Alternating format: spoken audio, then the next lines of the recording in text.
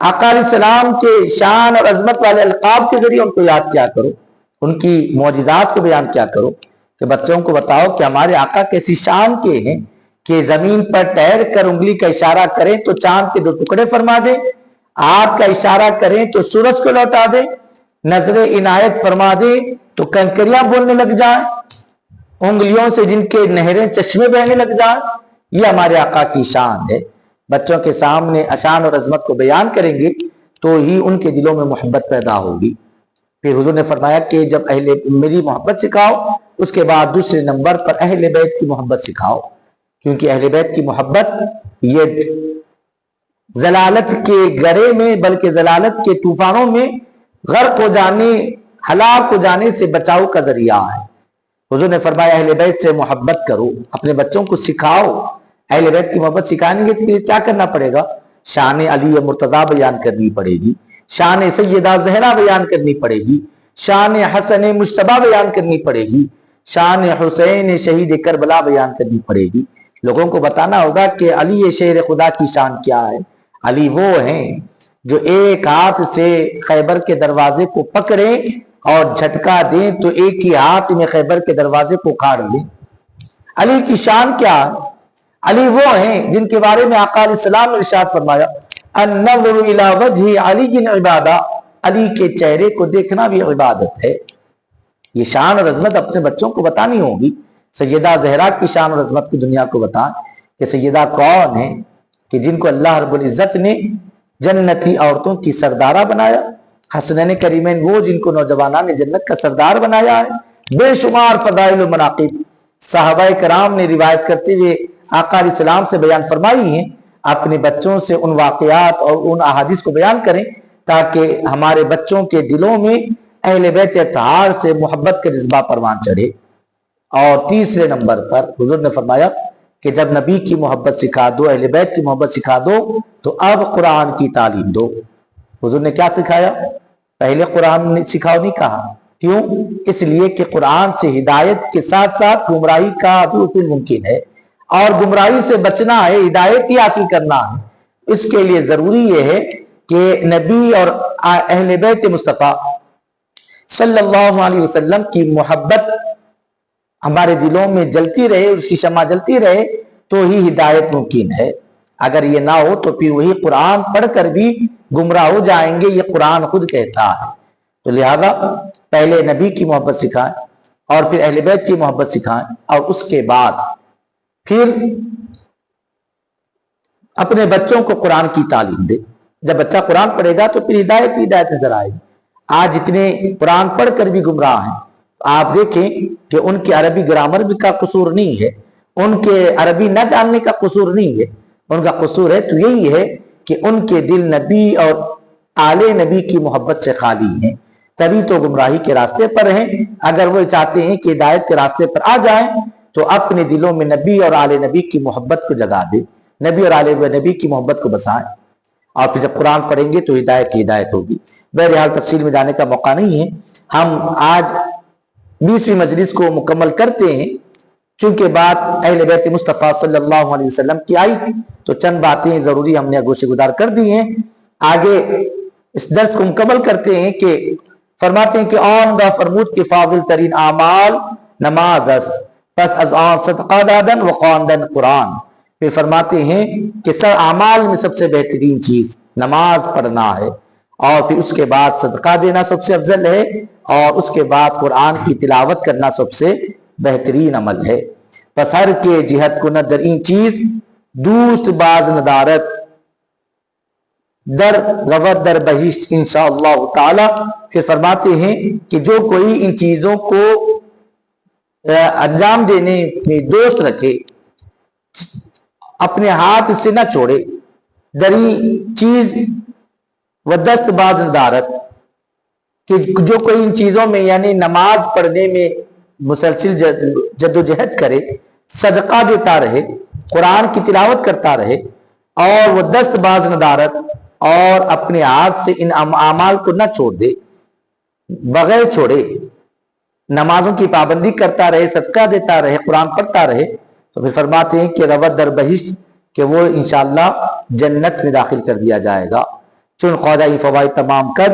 نواز فرماتے ہیں کہ جب حضرت نے یہ اپنے ارشادات کو مکمل فرمایا وہ مشغول شد اور اپنے معمولات میں مشغول ہوئے، وہ دعا گوئے بازگشت، تو حضرت غریب نواز فرماتے ہیں کہ میں وہاں سے واپس لوٹا. الحمدللہ علی ذالک.